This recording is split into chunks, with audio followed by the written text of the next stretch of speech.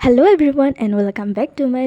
another mini vlog আৰু বহুত দিনৰ মূৰত এটা মিনি vlog লৈ আহিছোঁ ৰাতিপুৱা কৰি ল'লোঁ ধুনীয়াকৈ ব্ৰেকফাষ্ট ৰুটি চব্জি এনেকৈ তাৰপিছত বিশেষ দৰকাৰ এটা টাউন যাবলগীয়া আছে তো দেউতাৰ লগত মই টাউনলৈ বুলি ক'লোঁ কাম হ'ল আৰু অলপ বাকী আছে তাৰপিছত ইমান ভোক লাগিল কাৰণে চিঙৰা এটাকে খাই দিলোঁ আৰু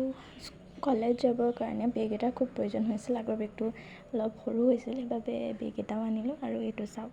বহুত বেছি ভাল হয় বেগটো মানে মই ভাল পাইছোঁ একচুৱেলি মিনি ব্লগটো ইমানতে শেষ কৰিছোঁ আৰু মই ইয়াতে এটা সৰু মোৰ ষ্টাইলৰ খিচিৰিৰ ৰেচিপি দিছোঁ প্ৰথমতে মই ৰঙালাও কাটি ল'লোঁ বিলাহী কাটি ল'লোঁ আৰু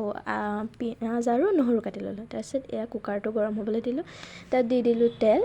তাতে দিলোঁ হালধি তাৰপিছত পিঁয়াজ আৰু নহৰুখিনি ইয়াতে দি অলপ সময় ভাজিলোঁ এয়া মই যিমানখিনি মছলা আছিলে সেইখিনি তাত এড কৰি দিলোঁ তাৰপিছত এয়া বিলাহী দিলোঁ বিলাহীখিনি অলপ সিজাৰ পাছতে তাত দি দিলোঁ ৰঙালাওখিনি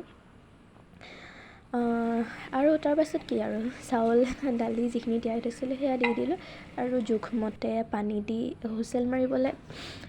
ঢাকনটো লগাই দিলোঁ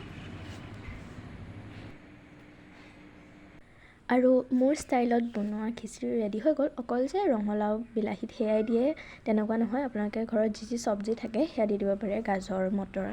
এটচেট্ৰা চ' এয়া ৰেডি হৈ গ'ল দেন মই খাই লওঁ আৰু যদি ভিডিঅ'টো চাই ভাল পায় তেন্তে লাইক কমেণ্ট শ্বেয়াৰ আৰু ছাবস্ক্ৰাইব কৰি কাষতে থকা বেল আইকনটো প্ৰেছ কৰি দিব বাই বাই আকৌ এটা নতুন ভিডিঅ'লৈ পুনৰ লগ পাম